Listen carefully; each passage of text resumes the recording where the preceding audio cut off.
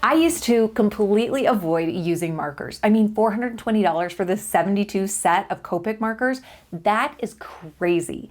But I recently found a very affordable alternative that actually performs better than these expensive name brand markers.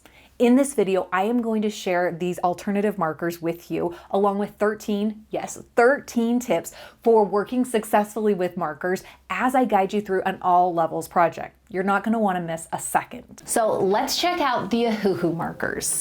I'll be using the 104 dual tip set featuring the brush tip and the chisel tip. I will also be using the Ohuhu marker pad. The paper in this pad is specifically designed to use with markers, so you'll be able to blend your markers with ease and you'll experience little to no bleed through. I have played with these markers and this sketchbook quite a bit, and while I love making portraits, sketching on location, and doodling just for fun, I think the best way to get started with these markers is by drawing some food. Each marker set includes a plastic sheet to prevent bleed through. While I never experienced bleed through with these markers on the Ohuhu pad, I think it's worth using just in case, and definitely don't forget it when testing markers on a new surface. In this video, I'm going to draw this hamburger, and I start off with a sketch using the pink colorless colored pencil. Colorless pencils are erasable, and this makes them a great tool for sketching. A graphite pencil would work fine as well, but remember this surface is slick. When you get your markers, I strongly recommend swatching out all of your colors and keeping your swatch cards handy. I like to keep mine in my marker bag or in the pocket in my sketchbook. I'm not usually a swatching girl, but with markers, it's a must. Trust me on this. Unfortunately, the ink doesn't always match the color on the cap, and I found that referencing these cards actually saves me a lot of time. Start by selecting the lightest possible local color that you see and apply a base layer. For the bun, I chose Primrose for those areas closest to the highlight and Soft Sun for the rest. As I progress throughout the burger, I intentionally select a base layer for each part of the burger. So a nice warm yellow for the cheese, a yellow-green for the lettuce, and for the patty, I break it into two base layers with a cooler gray on the bottom and a warmer tone on the top. Each time I'm selecting a base color, I'm looking for the lightest color in that area, and then I'm applying it over the entire thing.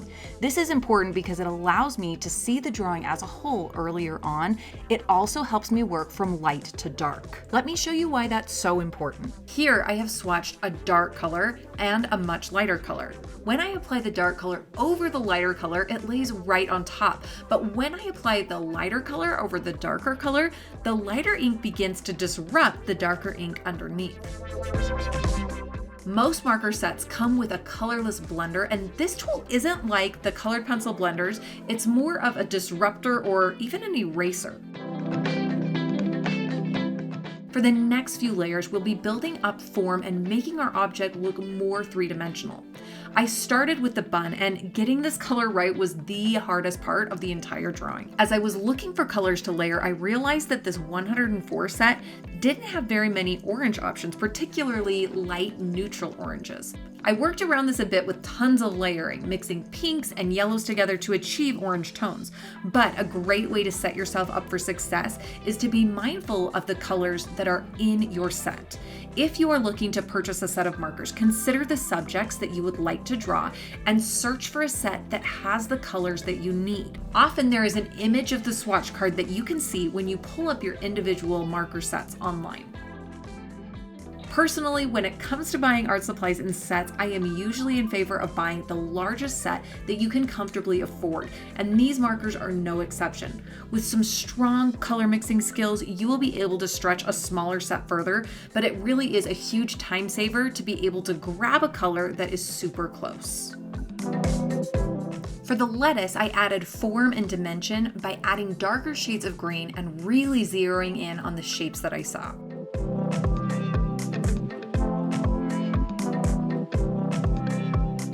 As I worked into the darker parts of the lettuce, I added deeper and deeper shades of green, probably using at least 4 to 5 different markers. By the time that the third or fourth layer of marker was going down, I noticed that the markers were laying down faster and smoother, and I felt like I could blend the colors together a bit more.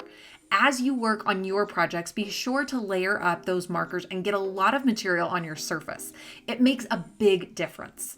I am sure there is probably a point where you can have too much marker on your paper, but in this project, I never found that. As I moved on to the meat patty, I still mostly used the brush tip, but I changed up the type of shapes I was making and the way that I used the brush tip to create this new texture.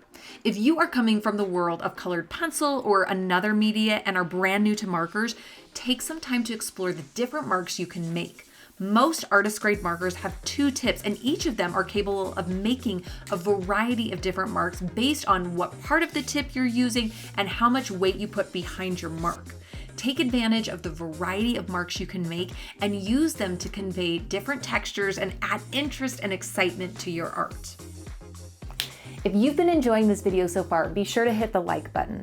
Also, leave any and all questions that you have down in the comment section. I would love to help you feel more comfortable about using markers.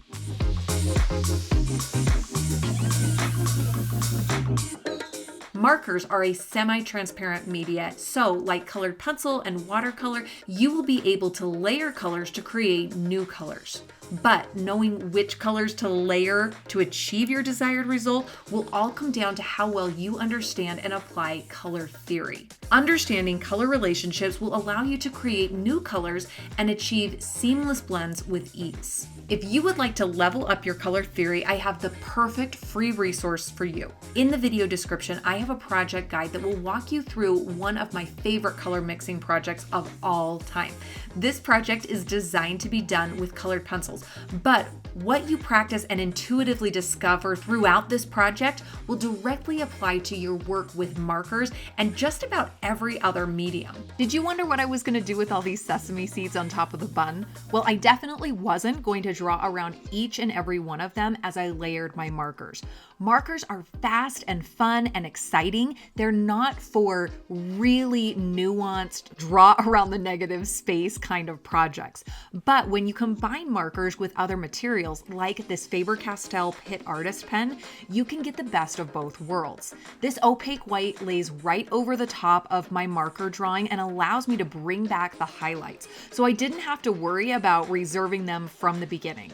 Marker works great with a variety of materials, so if you want to bring in a gel pen or colored pencils for a little extra refinement, you are going to be able to really take your marker drawings to the next level. Earlier in the video, I glazed transparent colors over each other to build up the color of the bun. You can use glazes to unify areas. Here, the seeds were way too white, so I applied a light layer of yellow over several parts of the seeds and sometimes the entire bun. Use glazes to help you unify areas and get the color to be more accurate. Some of you are already wondering, are these markers light fast and can I use them with my colored pencils? So the first part of that answer is no. Markers are not light fast, not even the $8 a marker markers. Markers were never designed to last forever. They're meant to design and play and explore. And I'm going to argue that your colored pencils are for designing, playing, and exploring 90% of the time as well. I want you to get less precious with your materials and dive in and have fun with them, and don't worry about purchasing supplies every time that last for 100 years. Markers are such a versatile tool to have. They're fun, they're fast, and they pair beautifully with a bunch of other materials, including colored pencils. And when you can find an amazing product at a really good price, there really isn't a downside. You can snag your own set of markers using the link in my video description and get an extra 10% off when you use the code LanaGlowShotArt10. This code is good for life, so you can come back and use it anytime you want to stock up again. For more mixed media tips, you can check out this playlist where I have all things mixed media. I'll see you over there and in the next video.